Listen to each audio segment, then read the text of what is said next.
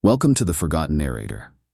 Beneath the Imperium's crushing doctrine and ever-watchful eyes, there exists a sanctioned breed of transgressor, the rogue trader.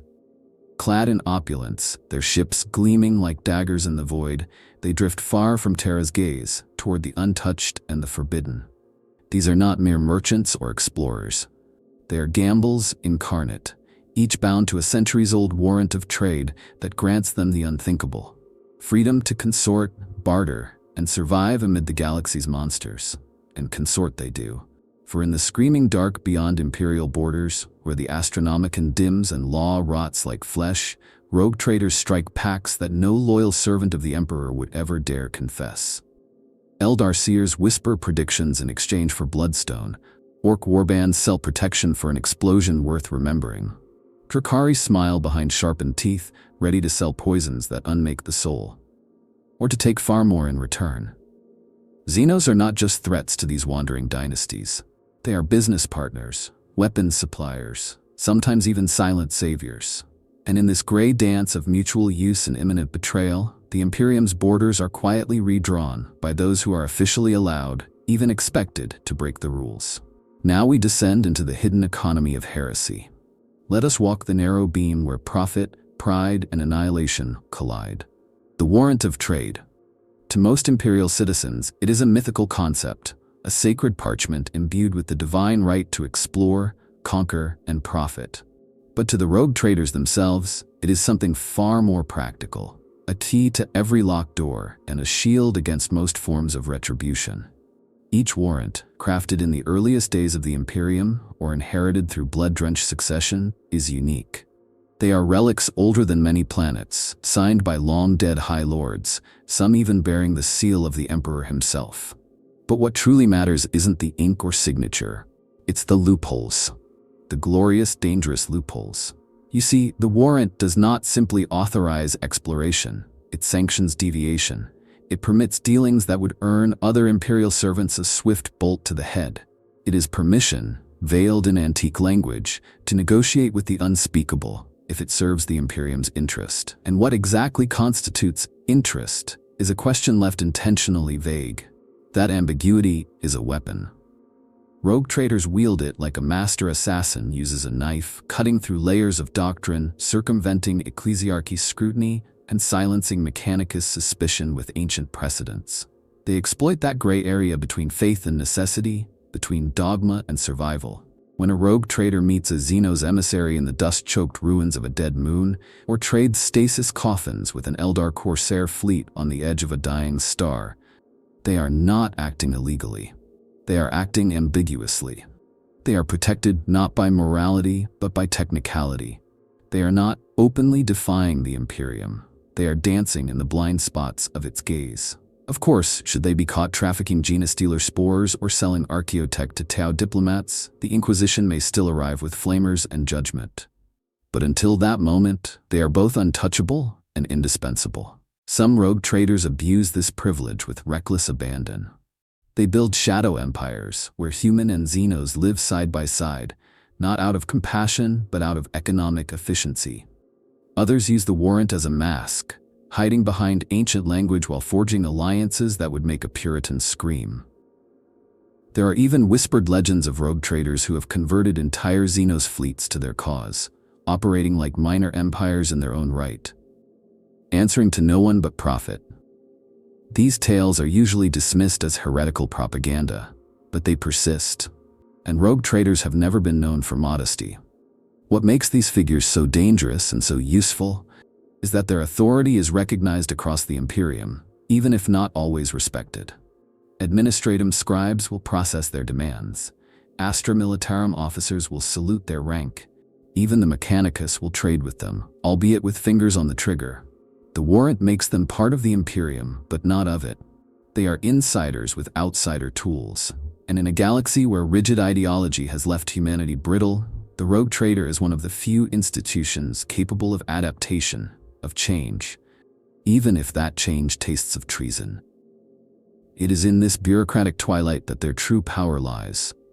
The warrant does not protect them from consequences, but it does delay them. It allows them to strike deals with alien warlords, to trade in weapons banned 10,000 years ago, to lie to space marine captains and flatter Necron nobles. It allows them to survive, and in surviving, it allows the Imperium itself to continue, not through purity, but through compromise. The warrant is not a holy relic. It is a gamble made by a desperate empire, a coin tossed into the void, hoping it will land face up. And it is upon this coin that the rogue trader builds their world. A world where the difference between heretic and hero is measured not in faith, but in results. There is a tension in every deal struck between a rogue trader and the Eldar, a silence that lingers even after the negotiations end. It is not fear, exactly. It is the weight of knowing one is speaking to a species that has already lived through the death of their gods. The Eldar are not mere aliens. They are echoes of a broken golden age, wearing masks carved from prophecy. And yet, for all their arrogance and ethereal disdain, they keep making deals. They come to rogue traders cloaked in light, surrounded by shimmering runes and veiled intentions, and they speak not of faith or empire, but of patterns, threads in a grand design that must, for some reason, include a human with a warrant. The interactions are never simple. The Craftworld Eldar do not need what humanity offers. They do not hunger for power or expansion in the way other Xenos do. Their motives are always deeper: preservation, interference, or the correction of some unseen divergence. When they come bearing artifacts or information, it is not generosity. It is calibration. And the rogue trader is the lever. A trade of wraithbone for a promise to fire at a certain time. A map in exchange for a delay. The goods are real, the reward's great, but the cost is unknowable. For a being who sees time as a tapestry, a single favor may alter 1,000 futures. And the trader, ever the opportunist, accepts anyway. Then there are the Corsairs, the wild ones. Eldar untethered from the constraints of Craftworld law, these pirates and wanderers mirror the rogue traders more closely than either side admits. There is a strange kinship in the way they both live by their wits, their charisma, and their ships. Deals with Corsairs are easier, in a way. Less wrapped in philosophy, more in the thrill of the exchange. A rogue trader might swap an entire cargo bay of salvaged relics for a single star map etched on soulstone, or trade hostages for webway coordinates, knowing full well that the Corsairs may betray them before the next moonrise, but equally likely to honor their word, if only for the story. It is whispered in dynastic circles that some rogue traders maintain long-standing pacts with specific Eldar seers, not out of trust, but mutual necessity. A prediction made 5 decades ago that saved a fleet, a relic returned in exchange for an unnamed future debt. These arrangements stretch across lifetimes. Children inherit obligations their parents barely understood.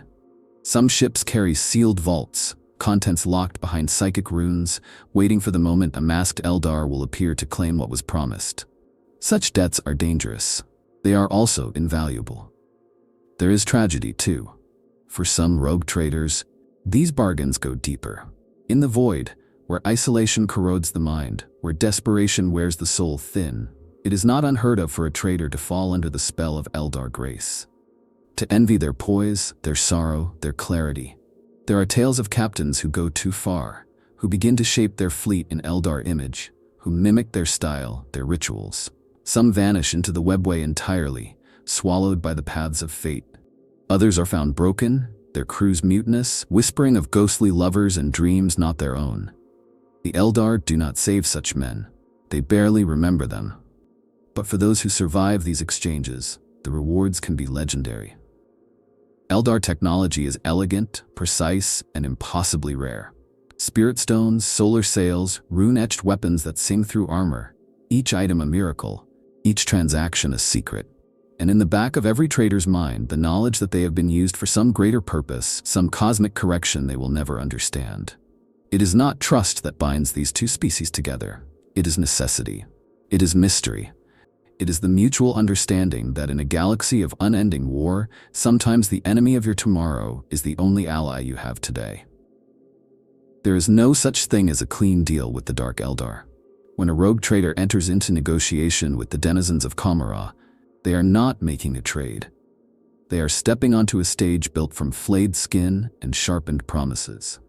The Drukhari do not trade for need. They do not barter for survival. They engage in commerce only because it amuses them, because it offers them a chance to inflict suffering in subtler, more insidious ways. And for some rogue traders, that is a price worth paying. These dealings are rarely public, even among the already clandestine traditions of void-faring dynasties. No rogue trader boasts of having bartered with the homunculi covens or paid the archons of the Kabbalite dynasties for safe passage through webway shards. Such pacts are etched in pain, signed in whispers, and upheld by threat more than contract. The Drukhari have no central law, no sense of loyalty, only an endless appetite for sensation. But they do have rules, ancient, elaborate, and cruel. Breaking them can lead to fates far worse than death. So, a wise rogue trader walks carefully, speaks precisely, and offers something of value, not in currency, but in torment. There is a particular currency the Drukhari crave above all others: life, or rather, the manipulation of it. The pain of others is their sustenance, their culture, their currency. Rogue traders often pay in living bodies: prisoners, criminals, traitors, even entire populations if desperation calls for it. Slavery, while repugnant to the wider imperium, at least on paper, is a practical tool in the fringe. There are accounts of traders offloading thousands of void slum dwellers from underhive worlds in exchange for a single vial of virulent venom that can turn a war in hours. The Drukhari find such trades elegant, efficient, entertaining. But it's not only flesh they want. Sometimes the Drukhari desire knowledge, not for progress, but for leverage. Secrets, blackmail, the location of a rival couple's prize hunting grounds. Some rogue traders play this game willingly, becoming informants in a network of whispered war. They pass along data plucked from inquisitorial archives or mechanicus vaults, unaware or uncaring that they are feeding an empire of cruelty with every word. Others do it unknowingly, tricked into relaying information that will later be used to abduct an entire pleasure world or depopulate a colony in the night. Yet even with such monstrous costs, there are rogue traders who keep coming back. Why? Because the rewards are extraordinary. Drukhari poisons are among the deadliest substances in existence, able to unmake a person in body and soul. Their weapons, splinter rifles, shadow blades, shard cannons, are marvels of pain-wrought engineering. Their webway access is unmatched, and a single portal gifted by a Drukhari mistress can cut travel time from months to minutes. For a trader on the brink of ruin, such gifts can reignite a dynasty. And there's the deeper truth, darker still. Some rogue traders enjoy it. They find in Kamara a mirror to their own ambition, stripped of all hypocrisy. The Drukhari do not pretend to be just. They revel in power, dominance, and beauty carved from horror. For certain traders, those born into cruelty, those shaped by loss, those who have stared into the void too long, the elegance of Drukhari brutality is seductive. There are tales of traders who disappear into the webway, re-emerging years later changed, leaner, sharper, eyes filled with something that does not blink. But the Drukhari never forget. They may honor a pact, but they will always seek to twist it. Every deal is a test, every favor a hook. The wise rogue trader takes what they need and runs. The fool lingers, believes themselves safe, perhaps even liked, and those are the ones who vanish, their screams echoing through the echo chambers of Kamara for eternity. The bargain may save a fleet, turn a war, make a name eternal, but the soul once sold is never returned. There is a curious allure in trading with the Tau, not born of fear or thrill, but of a strange, pragmatic seduction. Unlike other Xenos, the Tau do not cloak their motives in mysticism or malice. They come with charts, proposals, and polite emissaries fluent in dozens of dialects. To a rogue trader raised among the fractious madness of the Imperium, such encounters feel almost absurd, as if diplomacy were possible, as if reason were not a heresy. And yet these interactions happen, frequently, quietly, dangerously. The Tau Empire thrives on trade, on the belief that everyone has a role in a greater design. And while their military is formidable, their diplomats are equally sharp. Rogue traders with their unique autonomy and thirst for opportunity are a tantalizing anomaly to the Tau ethereals. They are unpredictable, yes, but they are also bridges. So the Tau Extend offers not just of trade, but of coexistence. A gesture that to the rest of the Imperium would be considered treason incarnate, but to a rogue trader, a tantalizing path to resources the Imperium refuses to acknowledge. These deals are rarely simple trades of goods. They are information exchanges, mutual avoidance pacts, covert operations wrapped in legitimate appearances. A rogue trader might supply a Tau sept with salvage from an Imperial wreck in return for access to their rare plasma technology, under the guise of an archaeotech recovery mission. Or perhaps a fleet stranded near the Damocles Gulf receives emergency aid from a water-cast envoy, asking nothing in return, until years later a message arrives, politely reminding the trader of a debt yet unpaid. These debts are seldom monetary. They are favors, quiet influence, strategic silence. The Tau, with their clean ships and optimistic rhetoric, might seem naive to outsiders, but the rogue traders who have dealt with them know better. They understand the subtle steel beneath the smile, the way the greater good is wielded like a scalpel. The Tau are not trying to convert rogue traders, not overtly. Instead, they seek to normalize cooperation, to demonstrate that mutual benefit is more efficient than war, that efficiency is virtue. Some traders find this reasoning difficult to resist. They start to think in terms of utility rather than purity. They begin to question the wastefulness of the Imperium's endless crusades. That is when the danger begins. There are dynasties now whose current patriarchs or matriarchs inherited not just ships and debts, but relationships with Tau enclaves, quiet agreements stretching back generations. Some rogue traders serve as neutral brokers between Tau and fringe Imperial worlds, facilitating trade in goods that both sides pretend not to recognize. Others have entire decks of their void ships retrofitted with Tau-compatible architecture, a diplomatic theater, a manufacturing hold, a scientific cooperation zone. The administratum would implode if it knew, but the administratum, like the ecclesiarchy, only sees what is reported. And rogue traders have never been known for transparency. Of course, there are risks. The Inquisition does not care for the clean rhetoric of the Tau. To them, the greater good is just another form of Xenos corruption. A trader exposed for collaboration may find their dynasty burned from record, their name purged from history. And yet, many accept this risk, because the benefits in knowledge, in technology, in navigation data are unparalleled. Because in a galaxy of madness, the Tau offer something dangerously close to sanity. Some rogue traders go further still. They begin to sympathize, not just in action, but in ideology. They adopt Tau strategies, Tau aesthetics, even Tau philosophies in their courtly rhetoric. They start to see themselves not as agents of the Imperium, but as mediators between civilizations. Visionaries, reformers, heretics in all but name. It never ends well. But until it ends, they move freely across borders no one else dares to cross. To trade with the Tau is to walk a razor's edge between progress and damnation. It is to wonder, in the privacy of your bridge, whether the Emperor's dream might have looked more like theirs. Trading with orcs is less a business venture and more a high-stakes game of explosive improvisation. There are no contracts, no formal agreements, and certainly no trust. There is only momentum, an ongoing dance of mutual usefulness that can collapse into violence at any moment. And yet, many rogue traders find themselves returning to the greenskin frontier, armed with crates of Daka and barrels of Promethium, ready to barter with the most volatile species in the galaxy. Because sometimes, chaos is just another form of opportunity. Orcs understand one thing above all: strength. Not in the abstract, but in the very real, very loud sense. A rogue trader who approaches with hesitation will be mocked, stripped, or killed outright. But one who arrives in a heavily armed cruiser, broadcasting trash metal music and demanding to speak to the biggest, loudest boss on the planet, that one gets a hearing.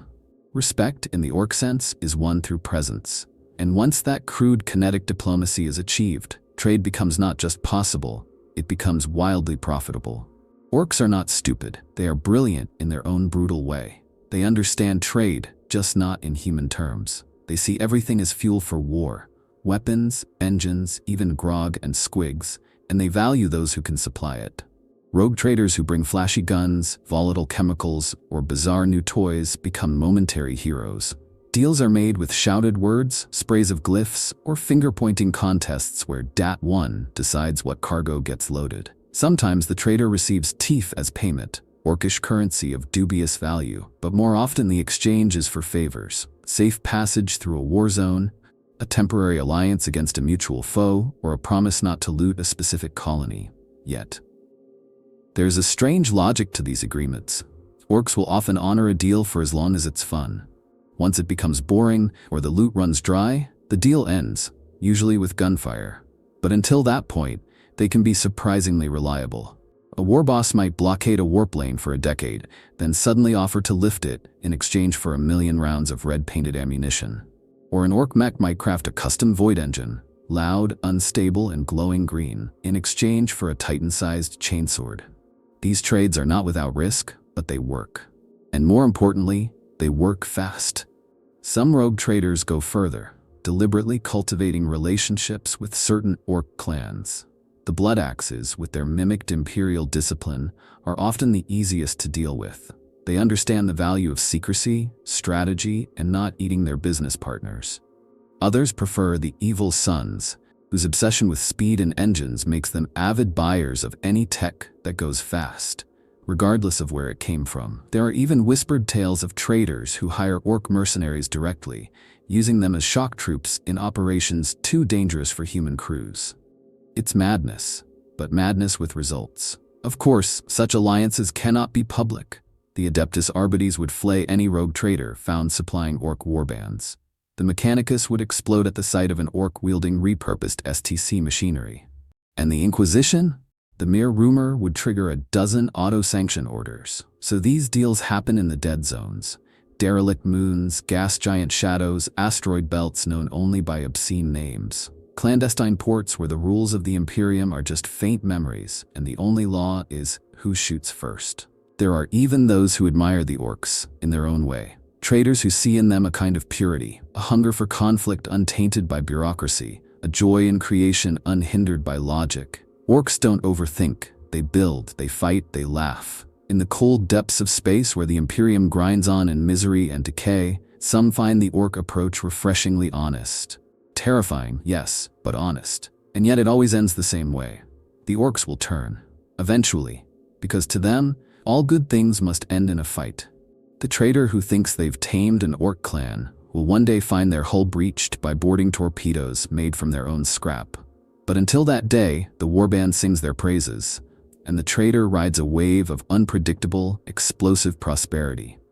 The orcs don't keep anyone alive out of loyalty. They do it because, for now, it's more fun that way. Of all the Xenos that a rogue trader might encounter, none are more disquieting than the Necrons. It's not the firepower, though that is terrifying enough, nor even their disregard for life. It is the sense that they do not belong to the galaxy as it is, that they are remnants of an age no one remembers, walking relics of a time when humanity had not yet crawled from its cradle. Trading with them is less like negotiation and more like supplication to something ancient and dreaming. Something that might awaken with either disdain or curiosity. Necrons, as a rule, do not engage in trade. They are conquerors, destroyers, preservers of their own lost legacy. But there are exceptions. Rogue traders whisper of tomb worlds where the awakening process was incomplete, where only a fragment of the ruling overlord's mind survived the long sleep, or where the cryptechs experiment with strange speculative logic. These Necrons may engage in exchange, not out of need, but out of bizarre curiosity. To them, a trade is a puzzle, a variable to test, a way of measuring how far the galaxy has fallen while they slumbered. Deals with the Necrons are never casual. They begin with silence, sometimes for hours, as the rogue trader is studied, scanned, and perhaps judged. Then comes the voice, cold, metallic, ancient, often communicating through arcane translators or complex pictoglyphs. The requests are strange: a map of pre-imperial star lanes, a biological specimen of a long-extinct creature, a casket sealed in adamantium and psi wards, contents unknown. In return, the trader may receive a sliver of living metal, a weapon that reshapes itself between volleys, or a data core containing knowledge of lost stellar phenomena. But with every transaction comes unease. Necron technology is not just advanced, it is wrong. It functions on principles that violate the known laws of physics, that defy the Mechanicus' most sacred dogma. Possessing such tech is an act of heresy. Using it, even more so. But for a rogue trader seeking to defend their fleet from a tyrannid swarm or pierce a warp storm, pragmatism often outweighs piety. And so they accept and conceal and pray that the Inquisition never comes knocking. Some traders develop prolonged contact with specific dynasties.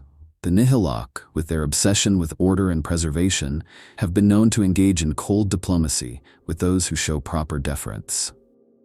The Sarikhan, though more aloof, occasionally allow exchanges if it serves their inscrutable plans. These dealings are governed by etiquette older than humanity's genetic code. A rogue trader who learns to navigate this code can extract wonders from the darkness, or vanish without trace, their ship dissected molecule by molecule. And there is a pattern. These trades often end badly, not due to betrayal, but due to misalignment of thought. The Necrons do not lie. They simply do not care about the consequences of their truth. They will provide what they promise, but they will also awaken dormant systems, destroy entire planets as afterthoughts, or trigger events they calculated aeons ago. A rogue trader might walk away from a successful deal only to discover that the relic they acquired emitted a signal that summoned a destroyer fleet a week later. Intent is irrelevant. The machine logic of the Necron mind operates on a scale beyond human comprehension, but the temptation remains. Necron technology is irresistible. Their stasis fields, phase weapons, monomolecular constructs, each is a glimpse into a time before time. Some traders become obsessed, hoarding Necron artifacts in secret vaults, assembling their own collections of forbidden wonders. Others seek to understand them, hiring Xenos savants and renegade magi to decode their functions. These are paths to greatness and damnation. There are even those who theorize that some rogue traders have been subtly manipulated by the Necrons, allowed to survive, to spread Necron-designed technology, to unknowingly serve as agents of ancient restoration. The thought chills the blood. That beneath every transaction, every cold gift, lies a purpose not yet revealed. To deal with the Necrons is to touch the tomb of a god, and hope it does not awaken hungry. There is a kind of earthy logic in dealing with the Kroot. Unlike the lofty posturing of Eldar or the cryptic menace of the Necrons, the Kroot offers something almost refreshingly direct, a transactional relationship built on flesh, survival, and unspoken respect. They do not cloak their motives in prophecy or politics. They seek meat, genetic diversity, and the hunt. And for a rogue trader navigating the brutal edges of the galaxy, that simplicity is worth its weight in plasteel. The Kroot are not a single monolithic species, but a shifting conglomeration of kindreds, clans, and mercenary bands, each shaped by what they consume. Their evolution is not mythic or mystical, it is literal. Every life form they devour changes them, physically and culturally. Rogue traders understand this well. They exploit it. Not cruelly, or at least not always, but efficiently. A trader might offer Kroot a captured Xenos life form, genetically rich and previously unknown, in exchange for their service in a ground war. Or they might grant a Kroot kindred access to a doomed battlefield where they may feast upon the fallen once the guns fall silent. The rewards for such exchanges are substantial. Kroot are fierce, mobile, and tactically flexible. They fight with cunning and precision, and they can be deployed in ways traditional human forces cannot. More importantly, they adapt. A Kroot mercenary band that has fought alongside human forces for years begins to mirror their tactics. A kindred that consumes the remains of Tau fire warriors becomes more disciplined, more ranged-focused. Rogue traders who work with the Kroot often keep detailed logs of what they've been fed, not out of sympathy, but to predict how best to use them next time. Payment is rarely monetary. The Kroot desire flesh, experience, and access. Some traders arrange for long-term feeding rights on frontier worlds. Derelict colonies, pest-ridden jungles, necropoli filled with ancient bones. Others bring genetic samples in containment units, offering them like gourmet delicacies. The more exotic, the better. There are even stories of rogue traders capturing the last specimens of dying Xenos species and offering them to elite Kroot shapers, who then ingest their essence and carry a piece of that extinction into the future. There's an intimacy to these exchanges, a kind of mutual recognition between predator and predator. Kroot respect strength, but more than that, they respect those who understand the cost of survival. Rogue traders, for all their pomp and gilded decadence, understand it deeply. They know the price of living outside the Emperor's gaze. That shared knowledge breeds something rare in this galaxy: trust. Not deep, unbreakable trust, but functional, useful trust. The kind that gets things done. Some rogue traders take it further. They treat Kroot as permanent auxiliaries, embedding them into their fleets. A few even grant them space aboard their void ships, entire decks retrofitted into humid, jungle-like habitats where the kindred may rest, feast, and grow. Such arrangements are frowned upon by imperial orthodoxy, but in the void, pragmatism often trumps purity. The Kroot are not loyal in the human sense, but they are honorable in their own way. If well-fed, well-respected, and allowed to continue their strange evolution, they will fight with terrifying effectiveness. Yet, there are dangers.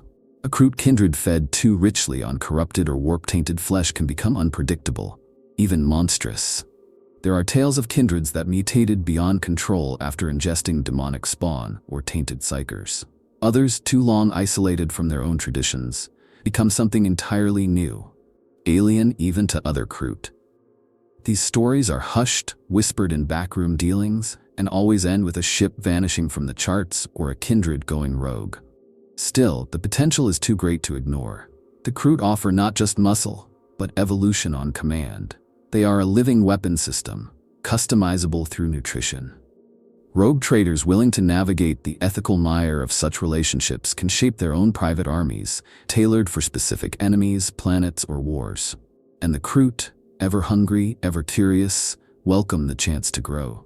For some, the alliance becomes almost spiritual, a mutual reverence for adaptability, for the raw mechanics of change. Rogue traders do not flinch from the grotesque, and neither do the Kroot. Together, they thrive in the void, feeding on the bones of a dying galaxy, each using the other to push further into the unknown. There are whispers, even among the most jaded rogue traders, of a pact so vile, so impossibly forbidden, that few will even name the Xenos race involved. The Sloth, parasitic, flesh-molding, near mythical, are the stuff of ghost stories told in the navigation towers of ancient void ships. And yet, some of those stories are true. Some rogue traders, operating in the dark interstices of the Segmentum Obscurus or the yawning gulfs of the halo stars, have encountered these loathsome beings and struck bargains that should never have been possible. The Sloth do not communicate like other Xenos. There is no negotiation, no formal parley. They arrive in shadows, sliding between realities, wearing bodies that shimmer with the echoes of their prey. They speak in thoughts not quite your own, implanting desires and concepts directly into the mind until the trader no longer remembers if the deal was their idea or not. Those who survive such encounters describe them as dreams turned septic, visions of flesh unraveling and reforming, of information delivered through pain and pleasure indistinguishable from one another. What do the Sloth offer? Knowledge, forbidden, ancient, impossibly precise knowledge. Star charts from before the Eldar Empire, the locations of lost Necron repositories, the secret protocols of pre-imperial artificial intelligences. Their currency is not gold or weaponry, but understanding, the kind that breaks the minds of lesser men. For a rogue trader whose dynasty is teetering on the edge of irrelevance, such knowledge is a lifeline. For those who seek to outmaneuver rivals, or challenge inquisitors, or simply survive in a galaxy of death, it is irresistible. But nothing the Sloth offer comes without cost. They demand pieces, flesh, essence. Not in the crude transactional way of the Drukhari or Kroot, but with a clinical hunger. Sometimes it is literal, a specimen, a corpse, a unique neural configuration. Other times it is abstract, a memory surrendered, a personality trait surgically extracted and stored. There are rumors of traders who awoke days after a deal, unsure of who they were, only to discover that the Sloth had edited them. Cleanly, surgically, permanently. There are deeper dangers too. The Sloth are not simply parasites, they are infiltrators, masters of manipulation. Some speculate that they do not trade to benefit, but to spread, to infest human thought, culture, and ambition. A rogue trader who deals with them once often finds themselves returning, not out of need, but compulsion. They become addicted to the clarity the Sloth provide, the elegant horror of their perspective. Their decisions become colder, more efficient, more alien. Their crew begins to mutter of strange orders, of corridors that smell of sweet rot, of dreams filled with clicking sounds and glistening, eyeless watchers. And yet, the benefits are undeniable. There are traders who have turned failing dynasties into roaring juggernauts of influence after a single encounter. Ships once crippled and obsolete now drift silent and sleek, outfitted with impossible upgrades. Trade routes through previously unchartable warp eddies now marked and tamed. Even assassinations, carefully orchestrated, perfectly timed, whispered into existence by Sloth patrons.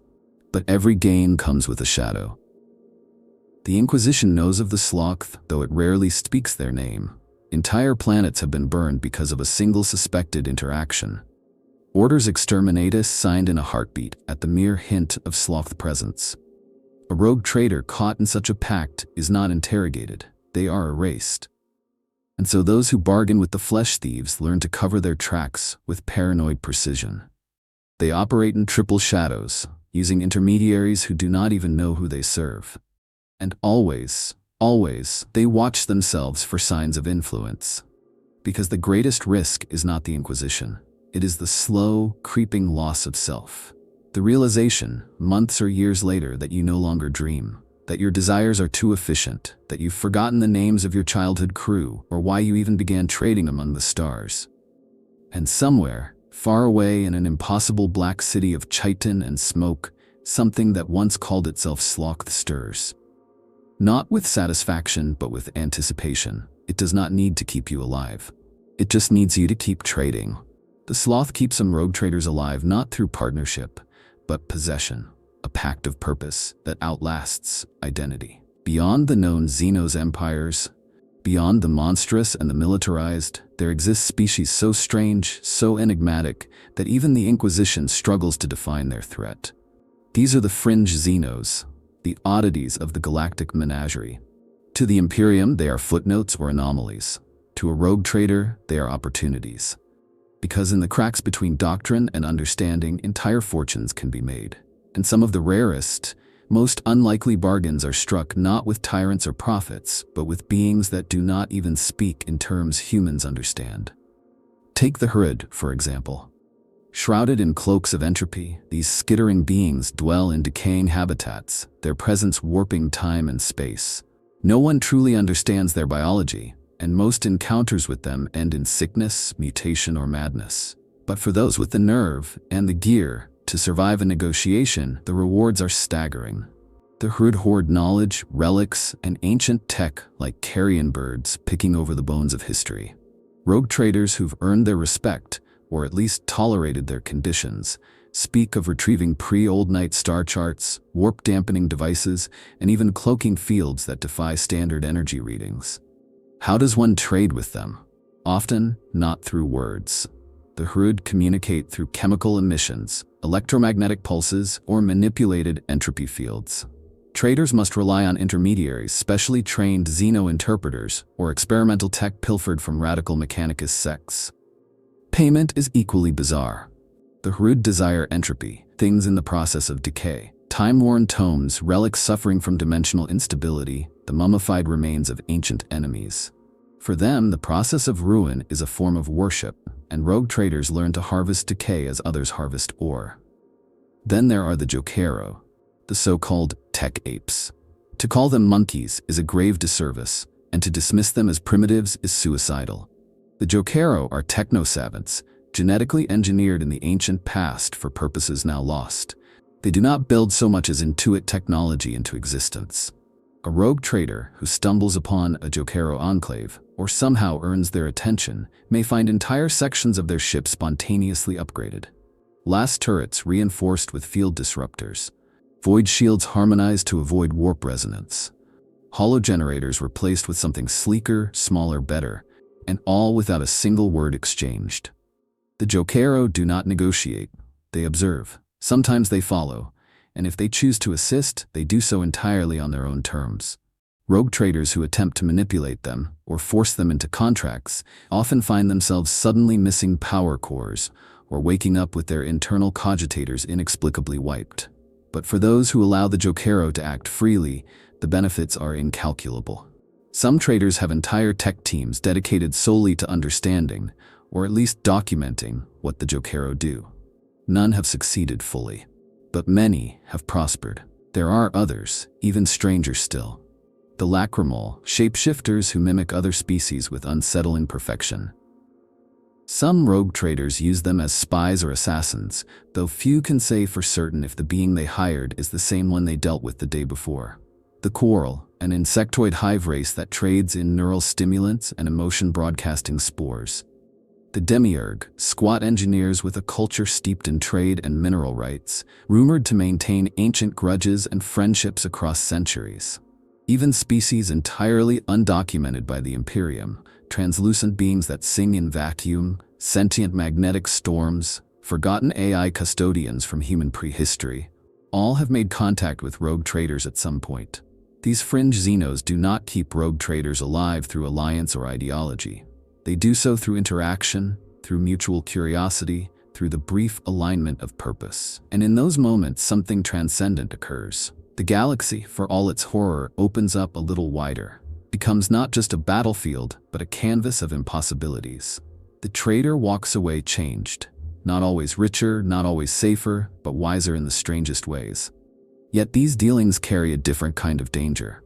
Not the danger of betrayal or war, but of transcendence. To trade with the Hood is to brush against entropy. To deal with the Jokero is to accept the limits of your understanding. To speak with beings who communicate in emotion, decay, or magnetic flux is to challenge the human mind's boundaries. Some rogue traders return from such deals distant, haunted not by loss, but by the unbearable knowledge that there is more, far more, than the Imperium dares to admit. And yet they return, again and again. Because in the fringe, the rules bend, the stars whisper, and survival becomes something more than mere endurance. It becomes evolution. Why do they do it? Why do rogue traders, heirs to immense dynastic wealth, wielders of legal impunity granted by the God Emperor himself, risk everything to trade with monsters? Why consort with Xenos when even a whispered rumor could invite the Inquisition's fury, when a single misstep could doom an entire bloodline to erasure? The answer, in its coldest, most brutal form, is survival. Out on the fringe of the galaxy, faith and firepower aren't always enough. The void does not care for purity. Warp storms do not part for piety. Alien empires do not pause to consider the divinity of the Emperor before opening fire. For rogue traders, survival is an equation that must balance opportunity against annihilation, and sometimes the only variable available is a Xenos with a deal. The Imperium pretends to be a monolith, a perfect machine of eternal war and unshakable faith. But rogue traders live in the cracks. They see the decay beneath the paint, the rust behind the dogma. They are expected to do the impossible, open new routes, recover lost relics, establish fresh footholds, all without the support of the Imperium's bloated bureaucracy. That expectation demands compromise, it demands cunning, and sometimes it demands shaking hands with claws. There is a philosophy among some traders, whispered over Amasek in private holds, passed between generations like a family heirloom. It says the Imperium will never change from within, that its inertia is too vast, its gears too rusted. But out here on the edge, something else is possible.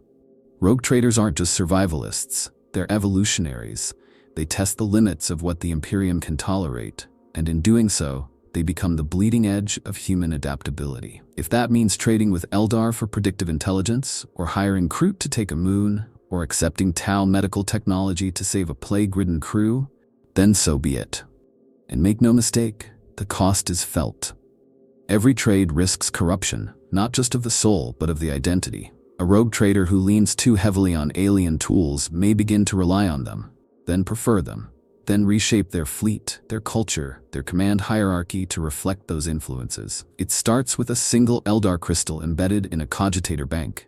It ends with ship corridors echoing with strange chants, crew rituals borrowed from alien tongues, a dynasty indistinguishable from the threats it once merely exploited.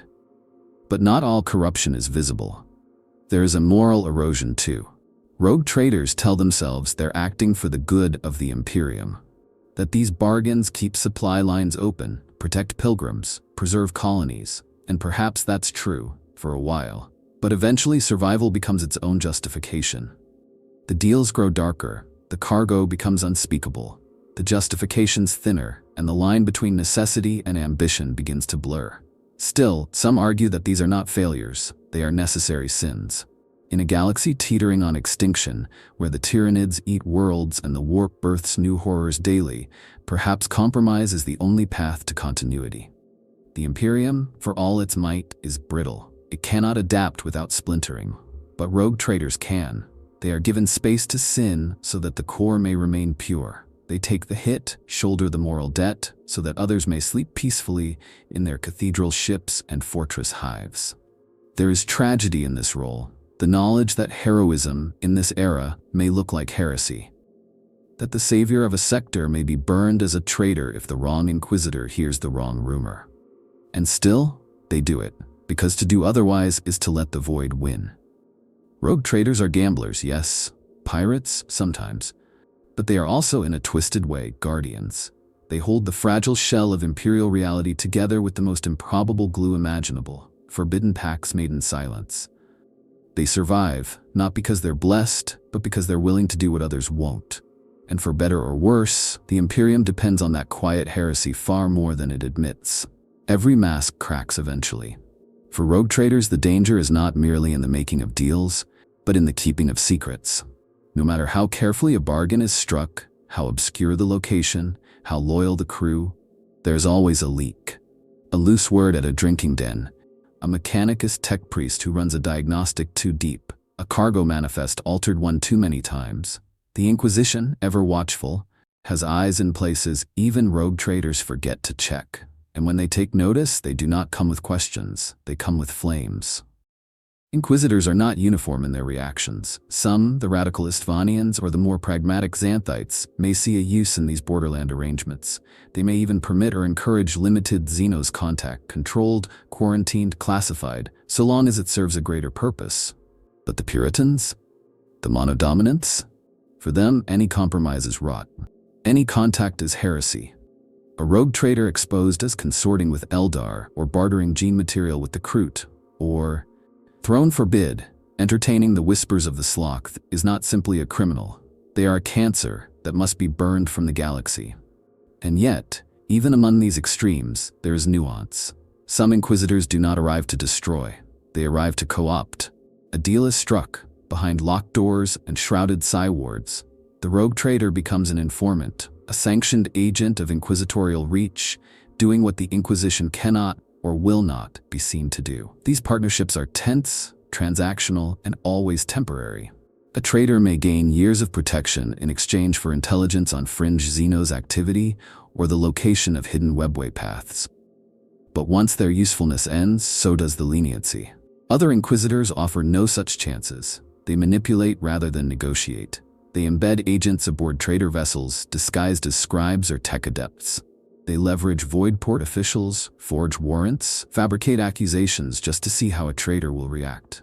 It is a game of chess played with lives, and most rogue traders never know they're being watched until it is far too late. A single inquisitorial seal on a vox call and everything changes. The crew turns paranoid. The navigator begins to drink more. Old debts are called in, and everyone scrambles to destroy what cannot be explained. Some traders fight back. They blackmail, they bribe, they vanish. Entire fleets have been swallowed into the fringe, cutting all ties with the Imperium, living as pirate kings among Xenos allies, rewriting their own legends. These rogue traders, traitors in every sense, are hunted endlessly, but the void is vast, and they know how to hide. For others, the confrontation becomes a crucible. The Inquisitor offers a choice: exile or allegiance. Burn the archives, renounce the contacts, return to the light. Some take it. Others laugh and walk into the dark with eyes wide open. There are legends of Inquisitors who became obsessed, who began their investigations with fire and fury, only to find themselves questioning everything. Because the more you dig into rogue trader dealings, the more you see the Imperium's mask slip.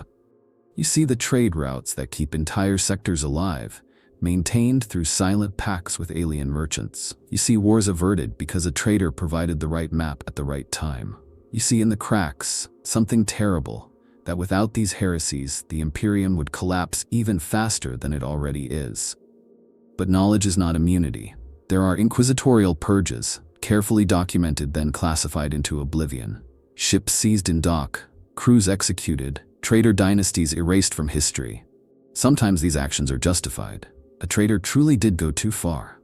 Supplying forbidden tech to a Xenos cult, trafficking psi-reactive materials, attempting to weaponize Necron AI. Other times it is politics. A rival's whisper, a Lord Sector's vendetta, a Puritan's overreach. The truth dies with the flames, and still the traitors trade. They do not stop, because the alternative is stagnation. Because some believe they are saving lives in ways no one else can. Because some are drunk on the thrill. And because some know, deep down, that if the Imperium ever truly looked at itself in the mirror, it would see a face not unlike theirs. Scarred, compromised, and surviving through sins too large to name. So they wear the mask a little longer. Smile through the interrogation. Bribe the right official. Kill the wrong witness. And pray that when the Inquisition comes, and it always does, it finds someone else first. Some rogue traitors vanish into legend. They leave behind no tombs, no statues, no cathedrals carved in their name, only the faint echoes of reputation, of choices made in silence and paid for in blood. These are the ones whose bargains shaped sectors, whose pacts with Xenos powers shifted the tide of wars no one else even knew were happening. The Imperium may not record their names, but the Void remembers. The Xenos remember. And somewhere, deep in the haunted halls of their empty ships, their legacy still whispers. For all their grandeur and autonomy, rogue traitors are not immortal. Their dynasties may stretch back millennia, but their blood is still human. They age, they fall, they fail. And when they die, the weight of every secret pact, every forbidden deal does not die with them. It passes to their heirs. Sons and daughters, adopted scions, even mutinous former lieutenants who seize command by blood or blaster. And so the cycle continues. Because a rogue trader's true legacy is not their wealth or their conquests. It is the web of obligations they leave behind. Some dynasties flourish under that weight. They turn ancient Xenos debts into stable alliances, cultivate alien contracts into thriving trade empires hidden from imperial scrutiny. These dynasties grow quiet, powerful, and terrifyingly independent. They blur the line between humanity and alien influence until even their own crews no longer know which side they serve. Other dynasties crumble under the pressure. Inheritance disputes turn deadly. Xenos' allies turn predatory. Inquisitors come knocking and the entire lineage burns in a day. But there are those who plan for this. Rogue traders who do not see their bargains as compromises but as seeds. They think in terms of centuries, of galactic tides. They build legacies not to preserve themselves, but to reshape the void itself. These are the visionaries, the heretics, the founders of things not yet understood.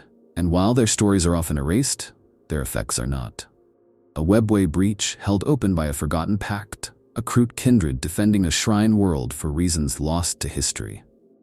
A Tau envoy speaking of an old friend whose name translates imperfectly into High Gothic. These echoes ripple through time.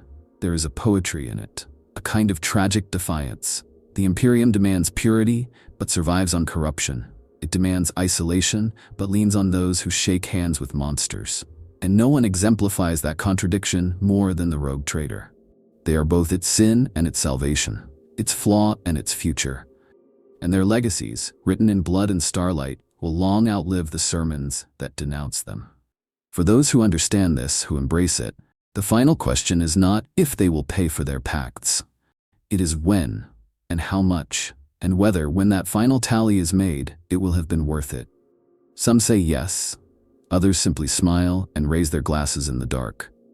Because at the end of all things, when the stars are burning out and the last screams echo through a dead galaxy, the rogue trader will have one final boast left to make. They survived. They did what had to be done, and if that meant making deals with the Xenos to keep humanity alive a little longer, then so be it. Sometimes, it's not the Inquisition that brings a rogue trader to ruin. It's the ship itself. Xenos' bargains never remain clean.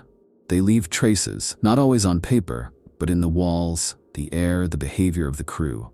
Every deal reshapes the vessel, slowly, subtly, until the bridge no longer echoes with the litanies of the Omnissiah, but with something softer, stranger.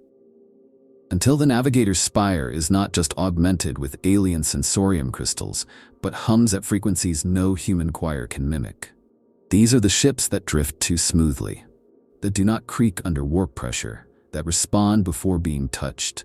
There is a threshold, invisible until crossed, when a rogue trader stops merely making deals with Xenos and begins embodying them. Crews change first. Exposure to alien customs, languages, and technologies begins to erode imperial conditioning.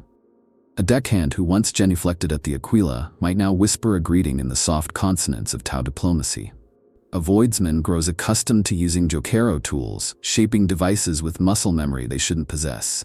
Entire hold crews adopt Kroot hunting rituals, blending human superstition with alien pragmatism. It starts as pragmatism. It ends as something else. Then the officers shift. A senior tech priest begins to favor Necron-inspired stasis matrices over standard cogitator vaults. A Voidmaster develops a taste for Eldar predictive heuristics, claiming it improves tactical efficiency. The ship's medical wing begins trialing synthetic regrowth serums purchased in dark deals on Sloth-controlled moons. Each step is a choice.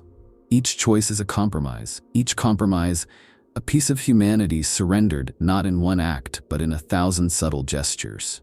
And the rogue trader watches, or leads. Some fight it.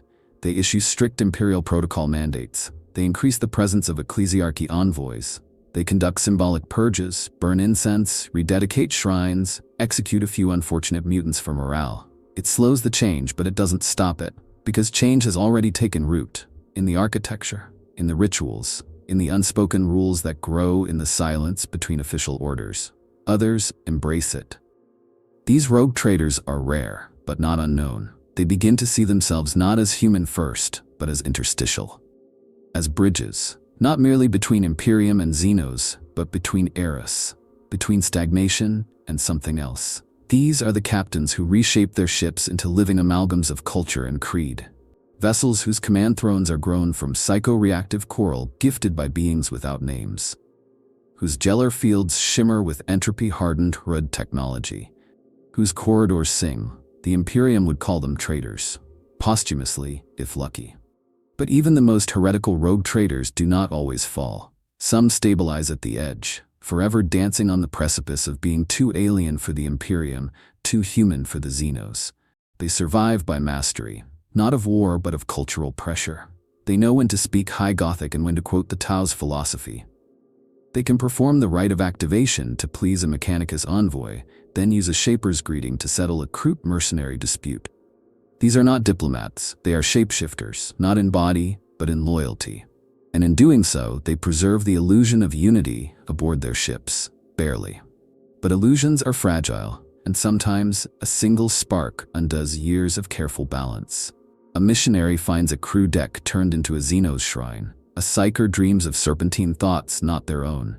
A servitor begins to hum in a language dead since the war in heaven. The veneer cracks, mutiny brews, or worse, revelation.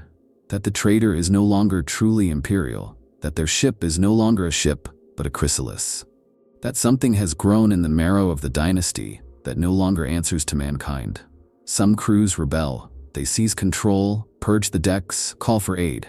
But what they purge is no longer simple heresy. It is culture. It is identity. It is the only thing that kept them alive when the void grew too loud. And in the silence after, they find themselves empty, broken, human again, and somehow lesser. Others adapt. They do not name the change. They simply adjust. A new dialect, a different hymn, a quiet tolerance for things that twitch under the floor grates. The ship continues. The dynasty survives. But the price is now embedded in every rivet and corridor. The rogue trader has not just survived the Xenos, they have become of them. This is the final cost of forbidden bargains. Not destruction, not even discovery, but absorption. The slow, irreversible erosion of what it means to be imperial, until what remains can no longer be easily categorized. Hero or heretic, human or alien. Just a vessel, moving forward, unstoppable, unclean. And when they finally dock at an imperial world, smiling, bringing gifts and resources and whispered miracles, the question will not be how they survived. It will be what they've become. There is a fracture that cannot be healed by time or doctrine. It begins as a whisper in the command throne. The realization that one speaks with too many voices, thinks in too many tongues.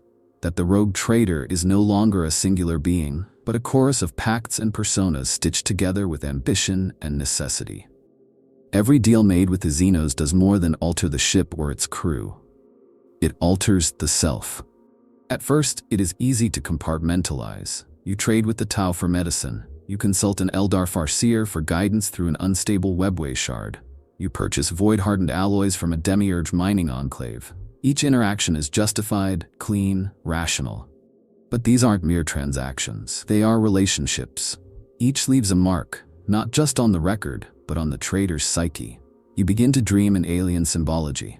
Not visions from the warp, those are familiar, almost comforting in their terror, but waking dreams of philosophies, languages, entire ways of perceiving the galaxy that were never yours.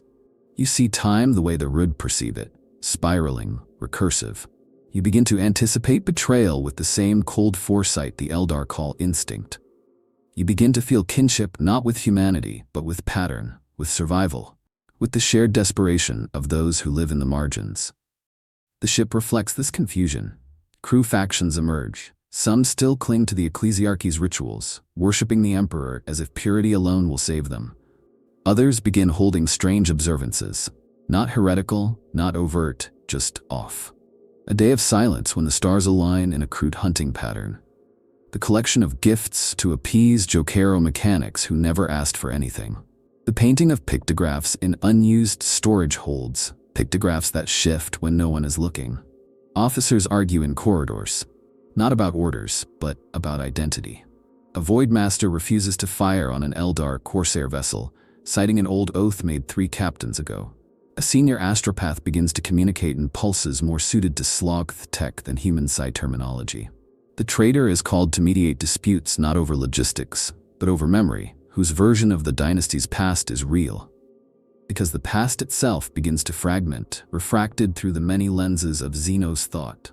Lineage records contradict themselves. One archive claims the trader's great-grandmother died during a warp breach. Another, equally valid, insists she disappeared into an Eldar enclave and returned with a new name. Crew tattoos change subtly over time. Not just style, but meaning. A symbol once representing honor in trade now means shared flesh in alliance, and no one can remember when it changed. And through it all, the rogue trader feels the weight of legacy, of compromise, of being the linchpin holding together a micro-empire of paradox. Because make no mistake, these crews do not function by imperial hierarchy anymore. They function by myth, by accumulated story. The trader is no longer just a captain.